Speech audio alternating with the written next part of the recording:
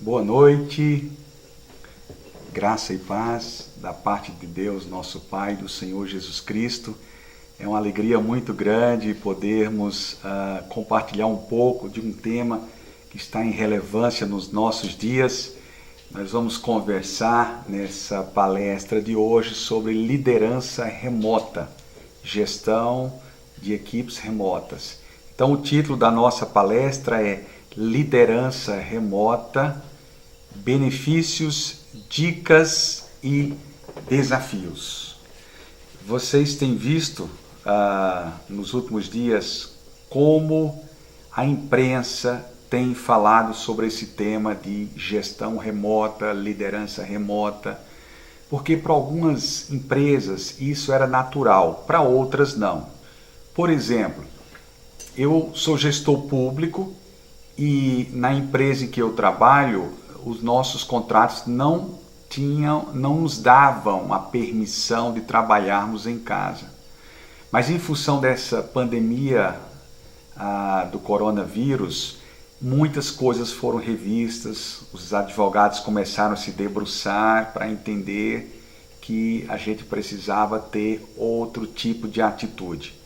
E aí fizemos uma mudança nos nossos contratos para que as nossas equipes pudessem trabalhar em casa. Quero dizer para vocês que a atividade fim da empresa de pesquisa, do centro de pesquisa que eu trabalho aqui em Campinas, é desenvolvimento de ferramentas, de soluções em TI, são ativos tecnológicos para gestão de propriedades, para orientação de tomadas de decisão, para apoiar políticas públicas, o governo no âmbito federal, no âmbito estadual e também municipal. Então, o que é que temos visto? O crescimento exagerado do número de equipes trabalhando em casa.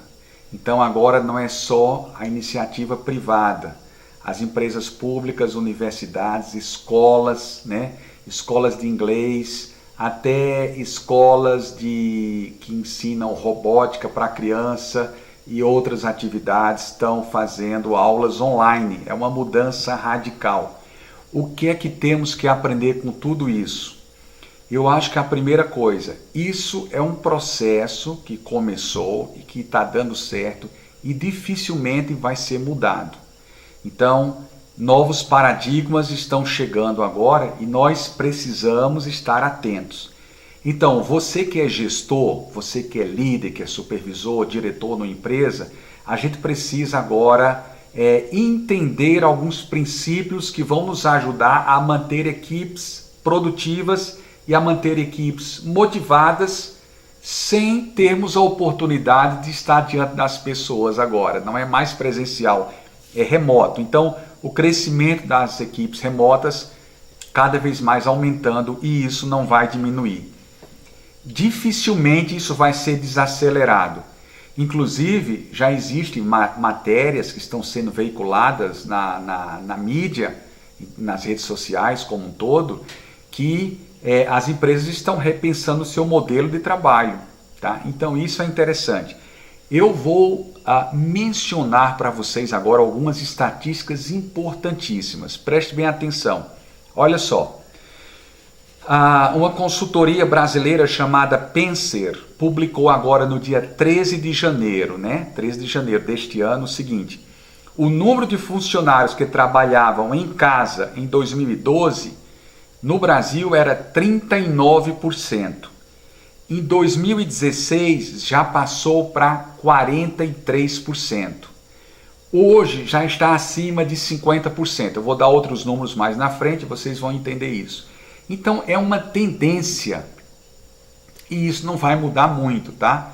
Tem casos que precisa ser presencial, outros você pode trabalhar com uma abordagem diferente, você permitindo que os empregados trabalhem em casa, e isso tem uns benefícios que eu vou já mencionar para vocês. Agora olha só essa outra. De acordo com o Google Trends, que dá as tendências do que está acontecendo, se você pesquisar trabalho remoto e contratar freelancers, essas essa popularidade aumentou 200% nos 5 últimos anos. 200%, tá? Freelancers e trabalho remoto. Na América Latina, principalmente. Se você colocar essas palavras em inglês, ele vai dar um aumento nos últimos anos de 400%. Eu estou falando agora do mundo todo, tá? Todos os continentes. Isso é natural hoje que nós tenhamos várias pessoas trabalhando em casa. E a pergunta que cabe agora, que não quer calar, é: o que nós vamos fazer como gestores? Vamos usar as mesmas práticas, as mesmas técnicas que nós já aprendemos há décadas atrás? Não. Nós temos que entender outros princípios importantes e é sobre isso que a gente tem que ficar atento. Eu vou mencionar alguns desses princípios, tá? Só para vocês terem uma ideia, me veio à mente agora outra estatística de um provedor suíço, que é o IWG. Ele disse o seguinte, ó: em 2018, 70% dos empregados no mundo todo já trabalhava um dia por semana em casa, tá? Pelo menos um dia. Quando você vê 2 dias ou mais, já está em 53% e a tendência é aumentar. Então, a gestão e a liderança de equipes remotas está crescendo diariamente. Primeira coisa, quais são os benefícios? Por que isso é bom? Será que tem algum benefício?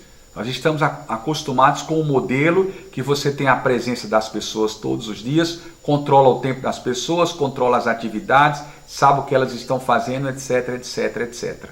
Tá? Olha só, primeira coisa, quais são os benefícios? Primeiro benefício, as consultorias no Brasil estão dizendo que quando você admite um modelo de trabalho remoto, você já tem uma economia de 35% nas contratações. Isso é importante para o gestor, para o líder de uma empresa, para o empresário.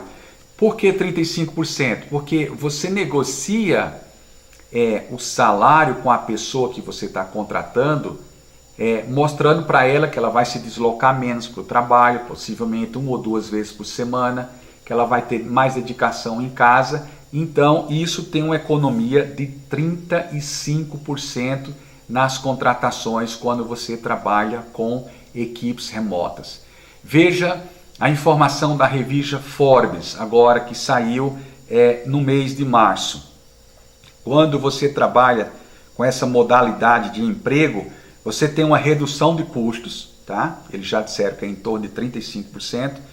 Você tem equipes de trabalho mais produtivas, porque como a pessoa está mais isolada, ela tem a oportunidade de pensar um pouco mais sobre soluções inéditas, criar novos produtos, novos serviços. Então, essa criatividade está sendo muito interessante para as equipes remotas. Isso é um benefício muito grande.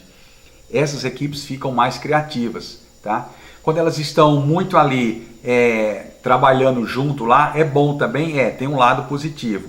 Mas quando você deixa a pessoa isolada, com menos interrupção, com menos reuniões, com menos cobrança em instantes mais frequentes, você dá a liberdade para o funcionário, para o empregado se tornar mais criativo. Então isso é um benefício.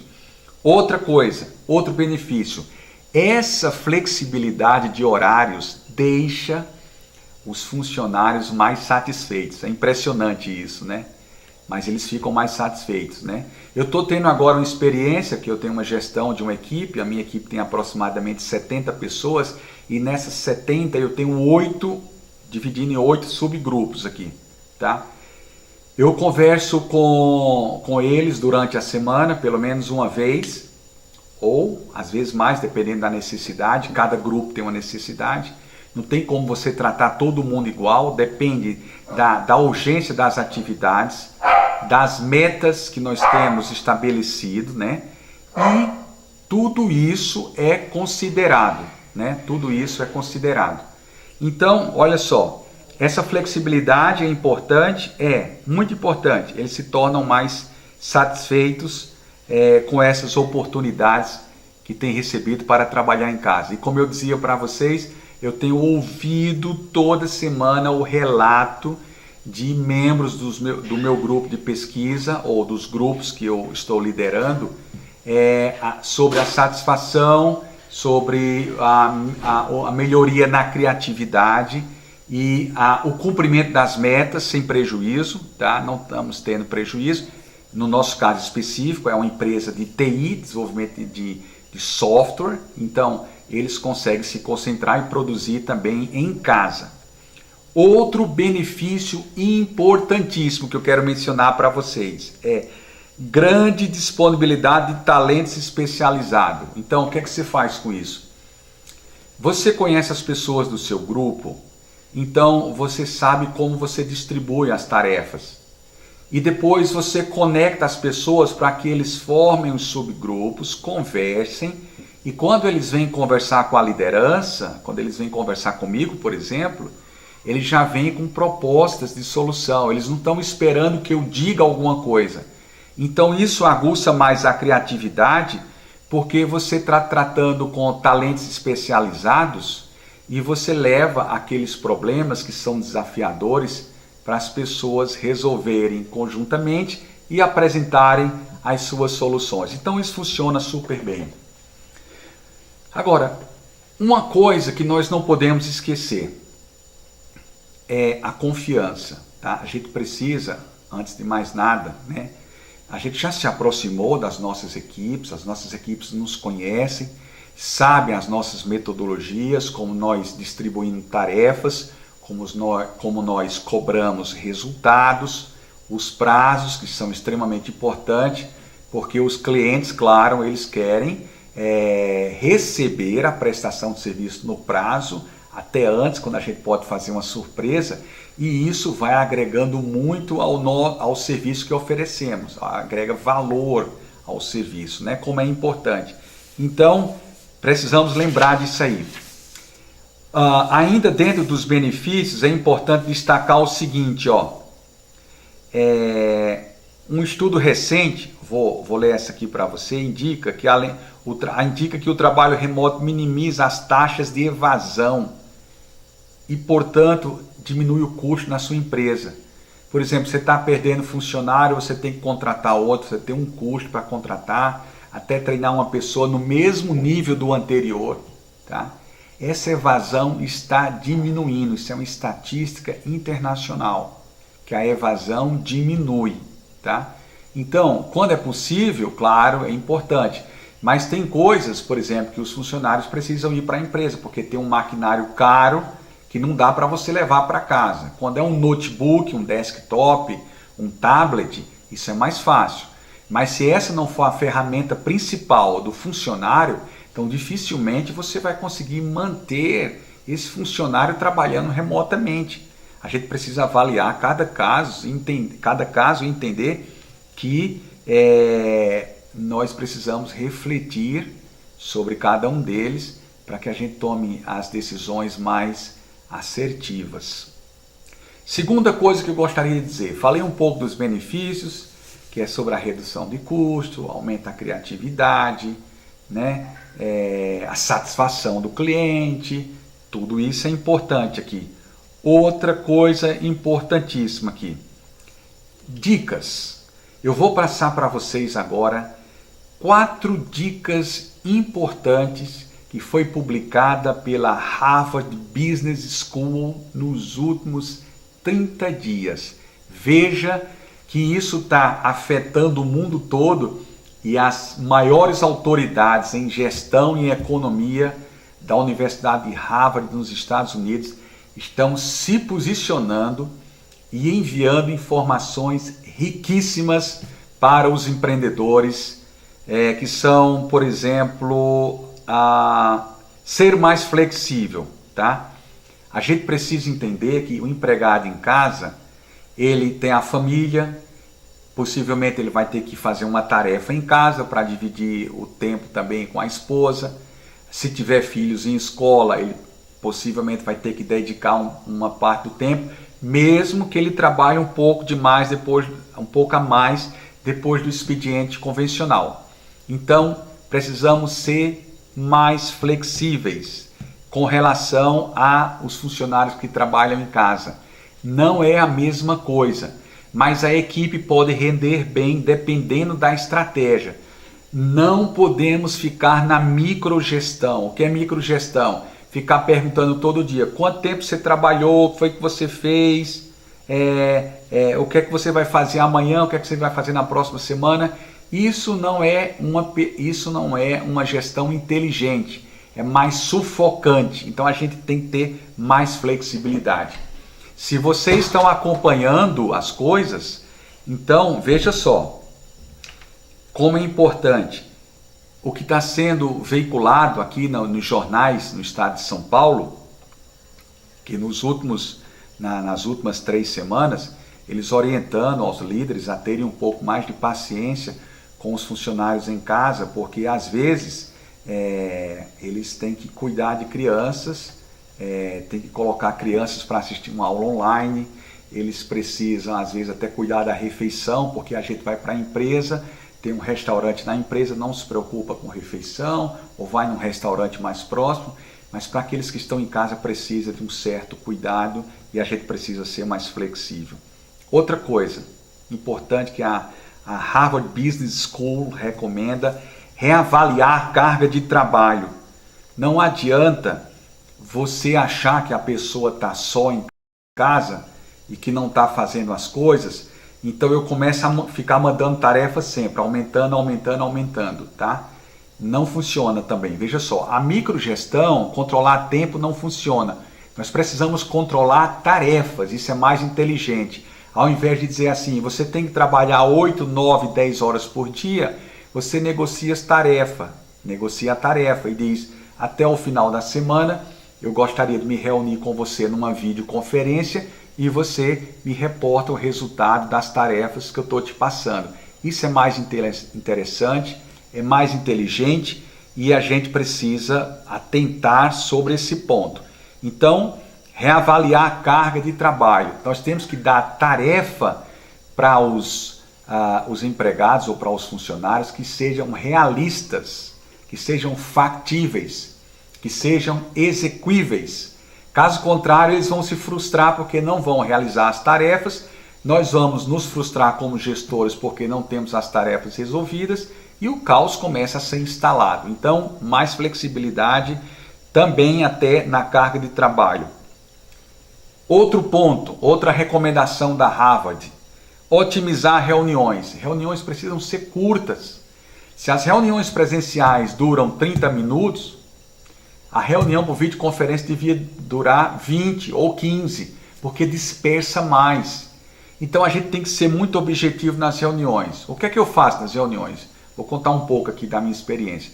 Eu tenho reuniões, às vezes, com 6 pessoas, mas eu tenho reuniões, às vezes, com 70, tá? Com 75, tá? Quando pega mais gente de outras áreas que precisam estar juntos, com 40 pessoas. Então, a gente já pede inicialmente que nem todos precisam falar em todos os pontos da pauta. Primeiro, comunique a pauta com antecedência para as pessoas já entrarem focados numa reunião, tá? Se você começa a construir a pauta na hora da reunião, você destruiu a reunião e não vai ter sentido para você, é um tempo perdido. Então, leve uma pauta objetiva e peça que as pessoas só se posicionem naqueles pontos que de fato elas podem contribuir, tá?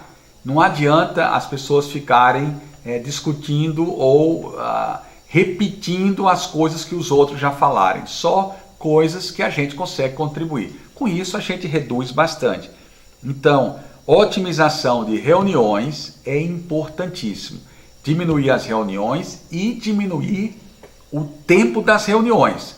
São duas coisas importantes que devem ser implementadas nesse período. Outra coisa, só reforçando o que eu já falei anteriormente, focar em resultado, não focar em número de horas por dia, quantas horas trabalhou, tá? Isso não funciona para o trabalho remoto, até porque antes as empresas que faziam o rodízio de funcionários, um grupo fica em casa, um grupo trabalha, eles otimizam o espaço, né? É o coworking, que é chamado hoje, né? Otimiza.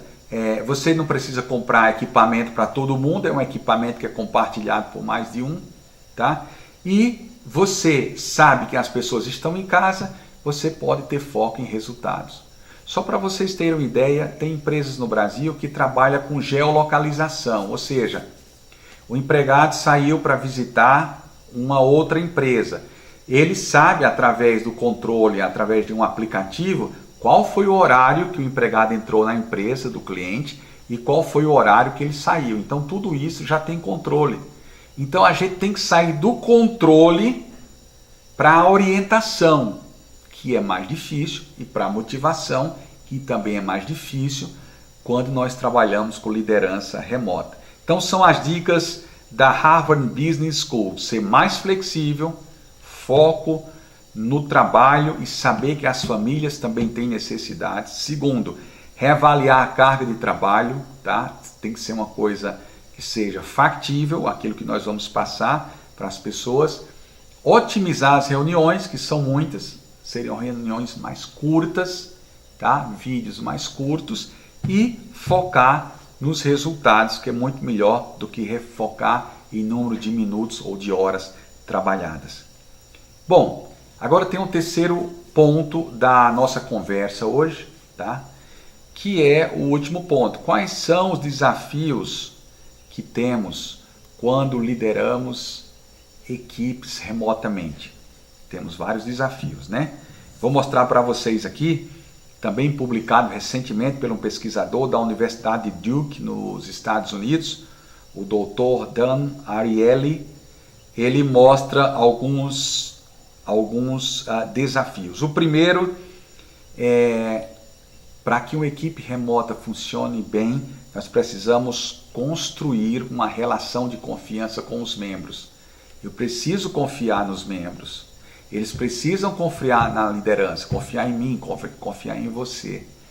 Então, essa construção de um relacionamento nos dá segurança e mantém as equipes motivadas. Veja que importante. A relação de confiança nos leva a trazer uma certa transparência, segurança, e isso mantém as equipes motivadas. Que coisa interessante, né? Então, você ter sempre as equipes motivadas. É a primeira dica do professor Dan Ariely sobre construção de confiança. Temos que ter essa confiança. Se nós confiamos nas pessoas, o nosso nível de cobrança não é a microgestão. Nós vamos pensar em resultados e vamos pensar que as pessoas também têm os seus afazeres em casa, precisam às vezes sair para comprar alguma coisa para sua própria manutenção. Isso tem que ser equilibrado. Não veja isso como perda, tá? Porque isso é natural, isso vai ter que acontecer e esse processo é irreversível. Professor Dan também dá mais outra dica. A segunda dica é: você está despertando a criatividade. Eles estão sozinhos, tá? Então eu li isso me ajudou muito. O que é que eu faço com as minhas equipes? Às vezes eu tenho um problema que é importante, eu preciso de uma solução mais técnica. Eu procuro os especialistas, tá? Converso com eles numa videoconferência rápida. Mostro qual é o problema que eu preciso resolver, tá? Com a colaboração deles, e eles depois pensam sozinhos, trabalham conjuntamente e me propõem algumas soluções que vêm funcionando super bem, tá? Então, estimular novas ideias e soluções. Como as pessoas estão mais à vontade em casa, então muitas vezes a criatividade começa a fluir, tá? Vem e nos ajuda a resolver problemas bem interessantes, né? Professor Dan também entra agora, por exemplo, na terceira dica dele. Veja qual é a terceira dica. Manter a colaboração. Como é que você mantém a colaboração? Como é que você mantém as equipes funcionando? Ora, nós precisamos investir em tecnologia, né? Tecnologia hoje é fundamental, tá? Antigamente, por exemplo, a gestão do tempo era uma agenda que você andava, né? E tinha gente que dizia assim: eu tenho uma agenda azul, que é para minhas atividades no trabalho, tenho uma agenda verde, que é para as minhas atividades familiares, e para a minha vida pessoal tem uma agenda preta. Então, a gente andava com aquele, era chamado na época da gestão do tempo, o caracol, ou seja, um monte de agendas que a gente andava debaixo do braço. Quando esquecia uma agenda, a gente se perdia. Hoje, nós temos a tecnologia. A própria Google coloca à disposição uma agenda gratuita. Eu não estou fazendo propaganda de empresa, espero que vocês entendam, mas para mostrar que existem serviços gratuitos que nós podemos nos beneficiar e aproveitar esses benefícios, né?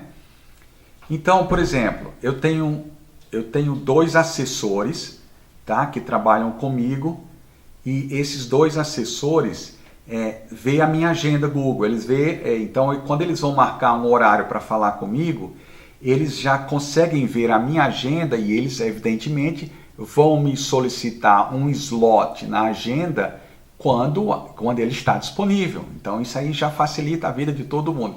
Eu vejo a agenda deles e eles veem a minha agenda. Então, isso facilita bastante. A questão da ferramenta online pode ser muito importante, né? Por exemplo, se você quiser controlar a gestão de atividades que você tem, você pode usar o Kanban, que é uma técnica japonesa, e você tem um sistema virtual para controle de tarefas e de fluxo. Então, você sabe quem está fazendo tal tarefa, onde essa tarefa está, se já foi 50%, se já foi 70%, tem várias ferramentas. Tem outra, por exemplo, Slack, a gente usa essa no nosso ambiente, o Slack, você sabe quais são as atividades que o grupo está desenvolvendo, você está ligado ali e você pode fazer grupos só de gestores, grupos de gestores com a equipe técnica, e você junta essas 2 abordagens dentro da mesma ferramenta, e essa é uma ferramenta gratuita, Slack, S-L-A-C-K, tá? Que você instala no seu computador, ele é online, todo mundo está vendo ao mesmo tempo as coisas que estão acontecendo.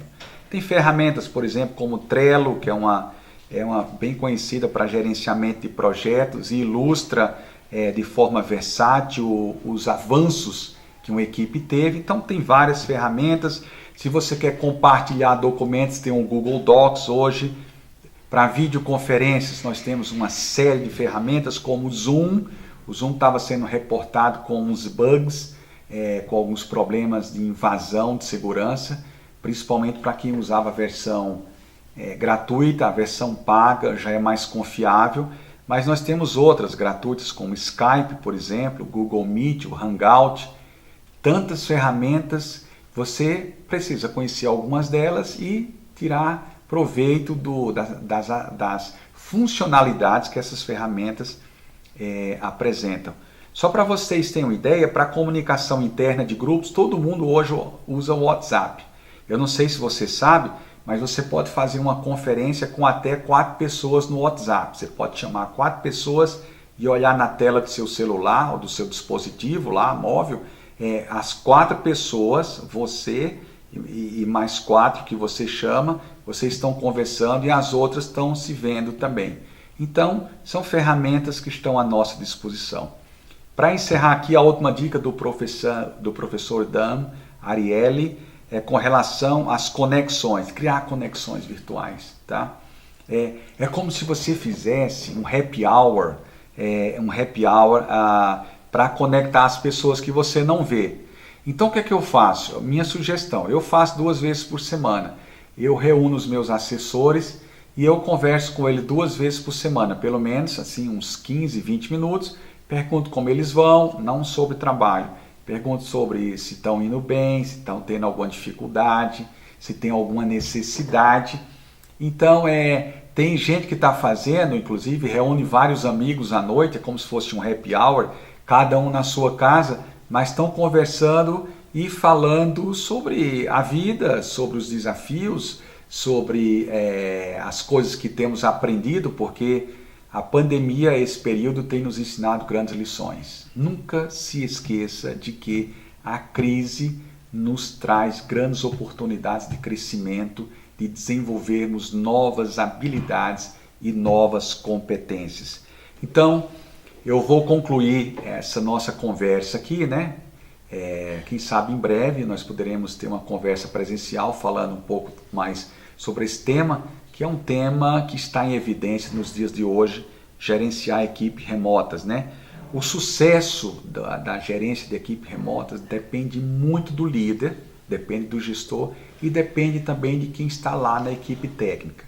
Se você é líder, se você é um gestor ou se você está na equipe técnica, se a gente seguir essas orientações que temos recebido de especialistas, nós temos mais chances de sucesso e de ter mais satisfação com o trabalho em casa. Isso é importante. Pense nisso, reflita sobre esse tema, leia o que você puder durante a semana e eu tenho certeza que novos insights virão e nós conseguiremos mudar essa abordagem da liderança pessoal e da liderança presencial para a liderança remota com muito sucesso. Pense nisso aqui, né? Os momentos de crise nos dão as novas oportunidades para reescrevermos a nossa própria história, para aprendermos coisas novas e para mostrarmos que precisamos ser relevantes